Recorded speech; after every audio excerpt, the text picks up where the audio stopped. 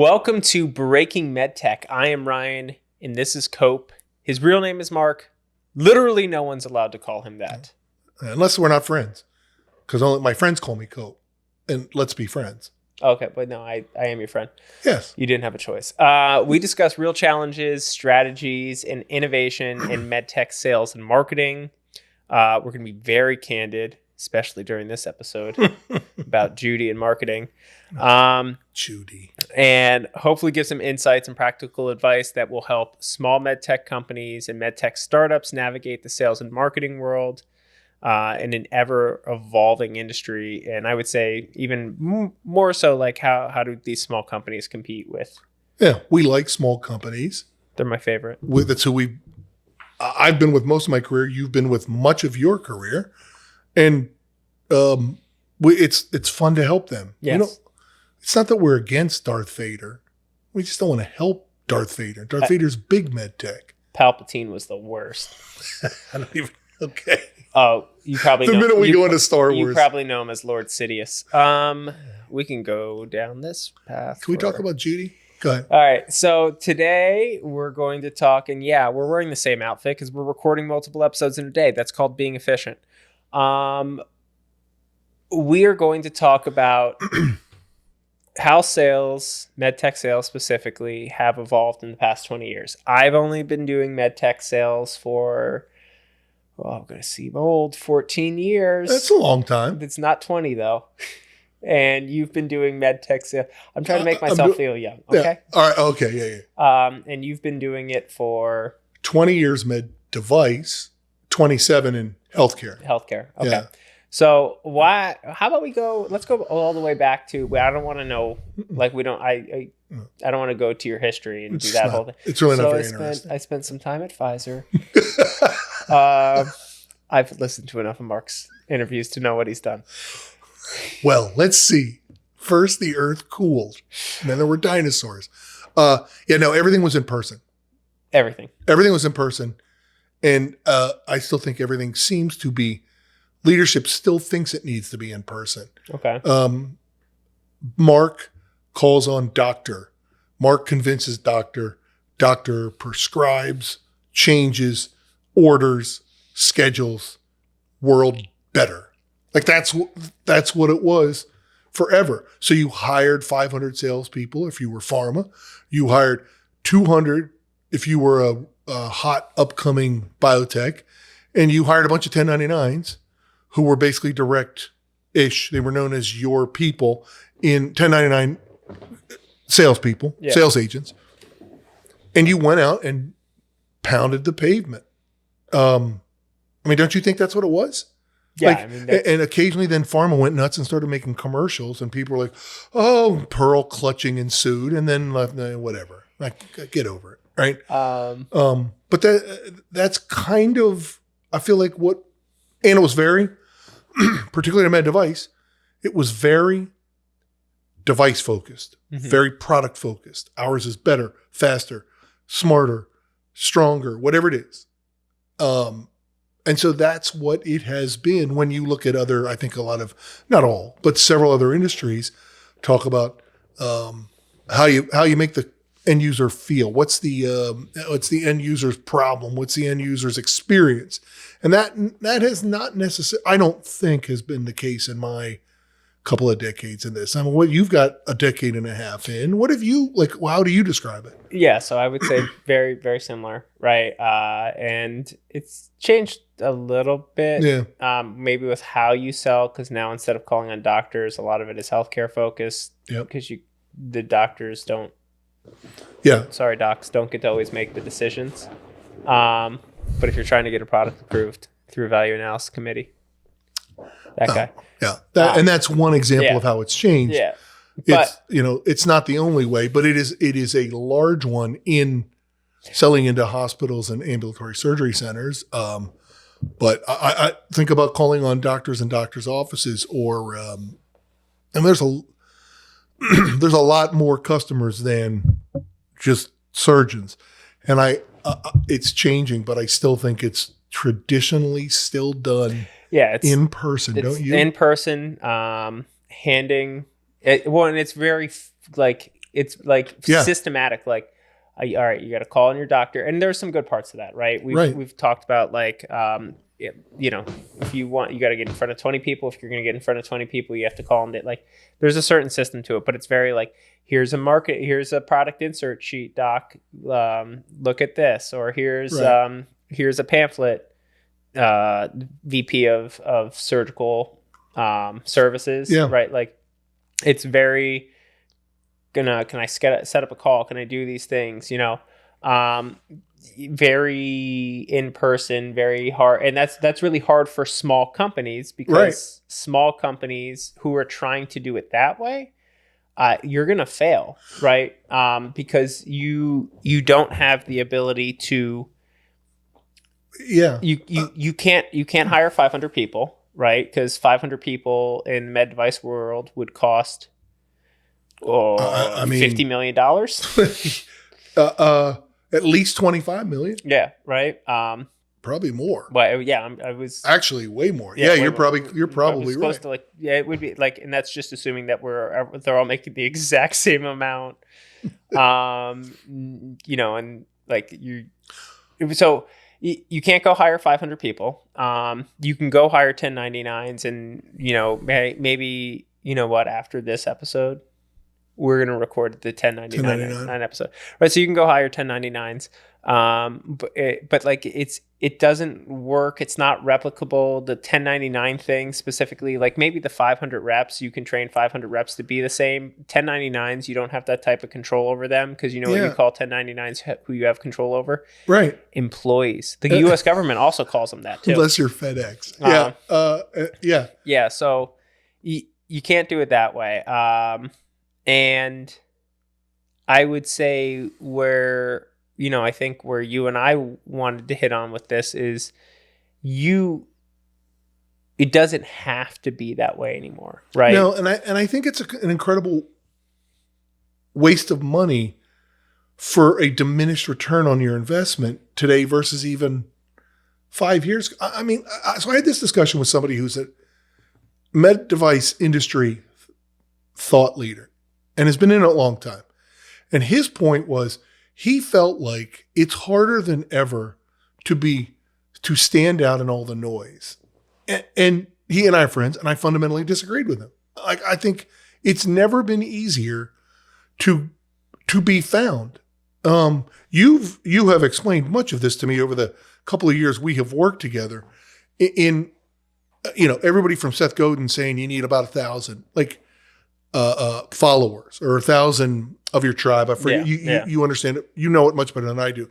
But I think it's actually easier if you're more thoughtful about it. And I wish I'd started using social media 10 years ago. I really started 2 years ago, and it's been transformative. And I think like small med device should really lean on that hard. Mm-hmm. And I know it sounds a little bit like marketing, more marketing than sales. It is, but if done right, and I follow, you know, the sort of the methodology that you have prescribed for me, and it drives customers to me, and that's like that's completely opposite of what I did for 20 some years. We call that inbound, right? I mean, I spent years going like, how do you make more sales? You get up earlier, you stay out later, you make more calls, you make better calls, you pay attention to what you say, and you learn to do better. And I mean, like, did you right? The Pursuit of Happiness, the movie, where he realized that like if he didn't hang up the phone, he got an extra like 8 seconds. Oh, I haven't seen the movie, but that's interesting. So and that's like, that would have been the thought process of like, you know, like my dad always would say like, hey, it's 5 o'clock. The doctor just finished up. Just pop into their office. It is hard for me to get that. The best call of the day is the 5 o'clock call. The 5, and like, but like it's 5, like, so what do you say, 5:30? Yeah, no, it'd be like, you just got to like pop in, you know, like, hey, you know that they were seeing, you talk to their scheduler, you know that they're done with patients at 4:30, you know, he's just doing notes or she's just doing notes. You're going to pop in, say hi. Hey doc, hey, oh, you know, maybe you could parlay that into like, What are you doing? Oh, the kids are out of town? The wife and kids are out of town? You want to go get dinner? Yeah. And for the audience, Ryan's brilliant at marketing, is a very good sales rep. His dad, I believe to be the single best medical device sales rep walking the planet today and maybe ever. Maybe. And I say that not jokingly. Maybe I think it's actually the case. I think he's as good as there has been and better than just about everybody. But think about that. Think about how rare what he talks about, how many people will do it now. And, or I don't even know, like he should, because he mops up at 5. He mops up all day long, right? But he is a special person. And I would say, like, if I was a company now trying to do sales in today's world, right? What's changed in the past 20 years is like what's available now, it wasn't available then. So like you didn't have a social network that you could utilize to reach out to people. 20 years ago, the internet was in its infancy. Al Gore had just invented it. Like you didn't have like websites weren't a thing, right? They definitely, like if they were just a landing page with ugly colors, a lot of words, a lot of stuff. So like you couldn't utilize your website to convert leads. And like that's why we were joking. What was the lady's name in marketing? Judy like with the slicks. It was like legitimately guy like. I felt so bad for people who worked in marketing during that time period, because they would be like, hey, did you order the material for me? Like that was their job, was like, did you order material? Did you guys make up a new piece of material for us? Yeah. Do you feel like, and I hadn't thought about this before, and you will disagree with me if you disagree. I sort of feel like sales and marketing now, it's becoming less of a clear delineation, because I mean, I know it sounds like in theory they work well together, but they rarely have a med typically device. hate each other. Right. That's exactly right. But I've seen some of the stuff you do and some of the things that Don Miller teaches, and I'm not sure where the marketing ends and the sales begins, and vice versa. Yeah, I would say it should be like you should have them as closely intertwined as possible. And like they're never going to be one and the same, right? I think they would be one and the same at like maybe a small company, but I do think that there's like a benefit to having them completely separate, right?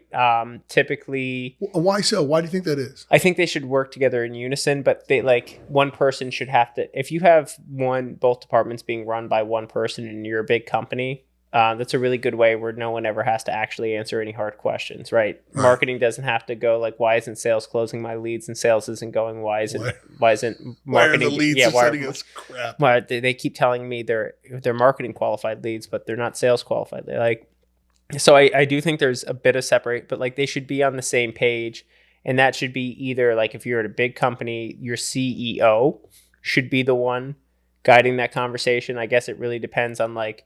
That's why like CROs popped up, like chief revenue officer, who typically oversee VP of sales and VP of marketing or director of sales. Like we're not here to talk about hierarchies, but that's why CROs started, or vice president, like someone who's going, if the CEO knows that he or she is not equipped, they're not equipped to handle those conversations and driving that. That's why you typically get. That's interesting. But like for me, looking at like how is med tech marketing, or med device marketing, or whatever you want to call it, evolved over the past 20 years, is that like you have way more opportunity now to reach a much larger audience, which is only important to a small med tech company. It doesn't matter. Like I think it's beneficial for,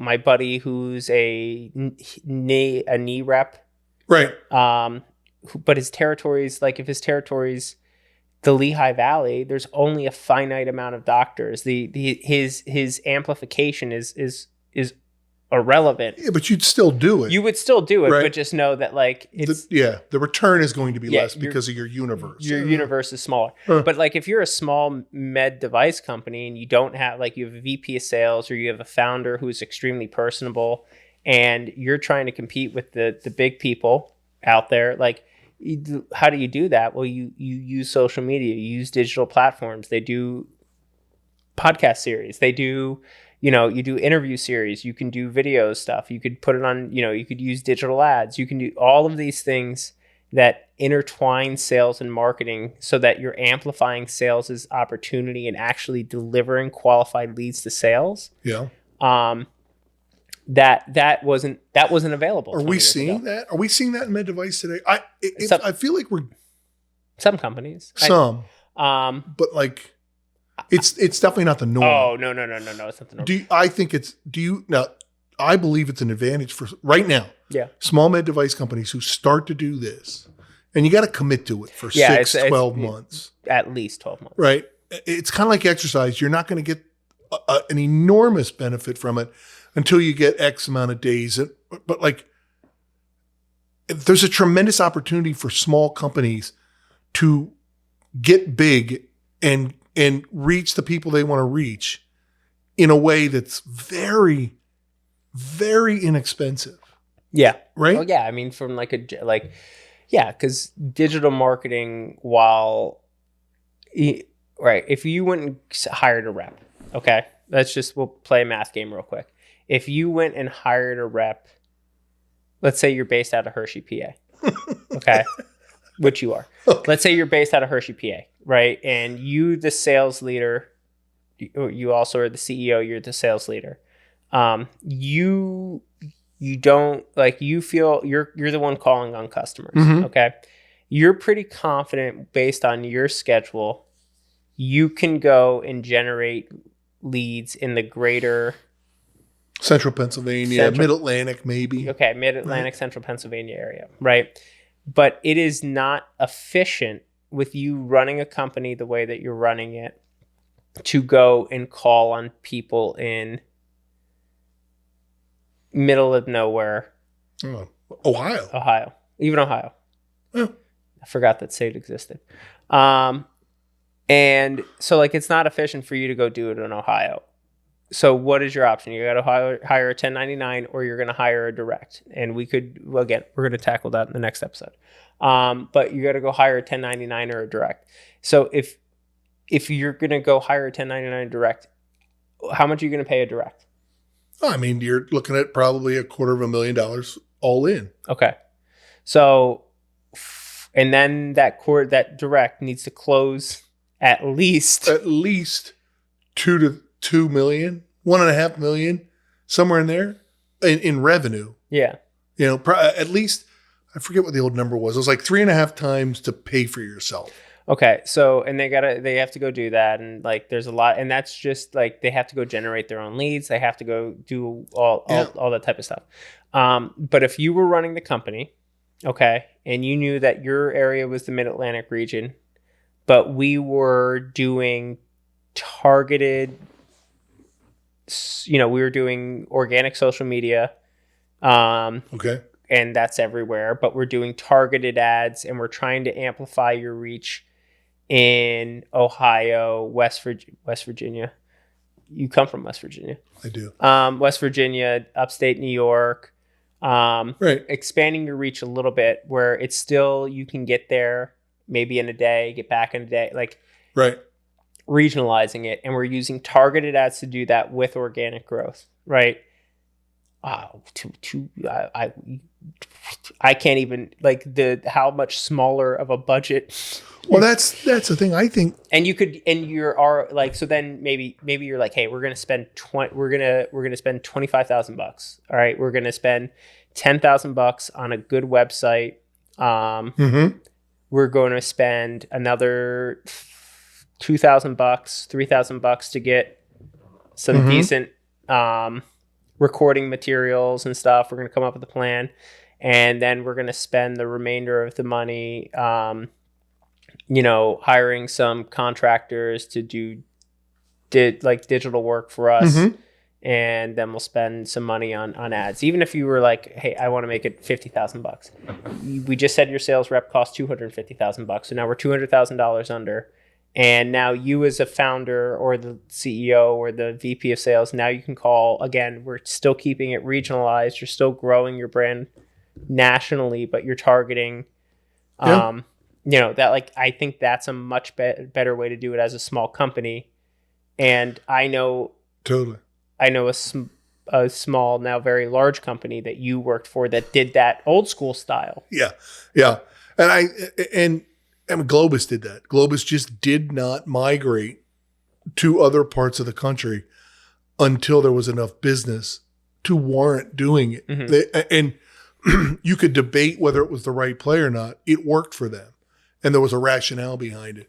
I am convinced some of the stuff we were doing years ago with like our disposable laryngoscope business and some of the other stuff, knowing what I know today, we had a couple of salespeople. We had a couple 1099s. Again, we'll talk about that next time. Here's what we should have been doing: was invested $10,000 in a website, done content that attracted potential end users who could buy from us, and have one or two direct salespeople who every day get up thinking, how do I sell more? And they would interact with the marketing and help develop the marketing and help develop, and any customer that reached out to them through Twitter, LinkedIn, whatever it is whatever platforms you were using, TikTok, whatever it is, those salespeople then would attack because the lead was warm and they were good and they were synchronized with it. Like, we learned so much when we started that disposable laryngoscope line that at one point I swear to you, I think we knew the market better than anybody on the planet. Like, there was about a 2-year window where you could have brought Bain in or any of those guys. And I swear to you, I think we would have come up with the same report. They'd have just charged 50 times as much. We didn't capitalize on it. But knowing what I know now, what we should have been doing was what we're doing now. And we'd have tripled that business. We'd have made it more profitable. And we would have been really attractive to acquisition or bring others. And I just didn't know it. Didn't know it existed. Didn't know how to do it. Didn't know you. Yeah. Right. And that's changed. But I would say, even then, like, what you can do today is 10 times easier than it would have been. Like, we joke about setting up recording stuff. Like, it's harder for me to set up recording stuff for you and I to do this. Now, I think the quality's better. I think it's more fun. It's way better to interact with each other. Yeah. It's the only way I can get into Mark's house. But it's way better. But like, I could buy a Blue Ice microphone for like $50 and a Restream or a not Vidyard. What's the oh my God, we're forgetting our sponsor. They're not really a sponsor. They should be. Not Riverside. Yeah, Riverside. Yeah. You do like Restream or Riverside, and they're like $30 a month. You buy a $50 microphone. You could be making content. You could be interviewing people and doing stuff and recording stuff all day long. And if you really want to get fancy, go buy a $900 Sony camera, and now you're actually shooting in 4K, even though your iPhone does that too. Yeah. And like, there's just so many ways to do it where you could create content, create your own audience, reach out, and be really strategic and plan the whole thing out. And that's how I think it's changed in the past 20 years. But companies aren't doing it. No, but you could do it. And they will. But it's still foreign to most of them. And I get it. It was relatively foreign to me. I knew it worked. I just didn't understand it. It was sort of like a whole different process. And then I had you helped demystify much of it to me. And then we started to I can only imagine how good we'll be at it in 5 years, because it'll be easier. There'll be more people involved. Yeah. Technology will be less expensive. We'll be more effective. And the funny thing is, for all these people that want data, that's all you get is data. I would for all you MBA nerds out there, let me use a term that you'll understand. The barrier to entry to do digital marketing by yourself, I'm looking at you. The barrier to entry to do digital marketing by yourself at your company is so much lower today than it was. It is literally about $5,000 and about 50 hours total to get off the ground. if you're doing it by yourself, if you're not hiring anybody else, because I figure like you got to get a website up, and you got to put some time in, but it's probably less than that. Like I'm probably the barrier. I probably put it higher than it actually is. Yeah, if you're doing everything yourself, the barrier to entry is way lower than $5,000. If you're hiring out people, I would say if you're going to hire someone to do your website, that's that's if you don't have time to go hire somebody, just make sure you hire somebody who's good. Right. So, and we'll tell people how to do that in the future. So, all right. So I think that's how it's changed. If you're a small company, you can compete with the big people. You just can't. Do not try to do it the same way. Don't play their game. No, do it different. Fight them on your field, not on theirs. They win on theirs. You got to win on. You got to get them on yours. Yeah. If you try to do it the same way, and it's easy, like I said, it's easier today. I can't imagine what it would have been. I can't imagine what it would have been like to be at a small med tech company 20 years ago, or a small med device company 20 years ago. And like, I legitimately think here's someone who does it in their big, the robot people, Da Vinci, Intuitive. Like they're pretty cool with how they do their marketing. If they had these tools available for just knowing who they are as a company, if they had these tools available for them, I think they would have been able to get to where they are way quicker, way faster. Yeah, no doubt. So no doubt. I love it. Hey, we've been breaking MedTech today. We're gonna break it some more. But I'm Cope. He's Ryan.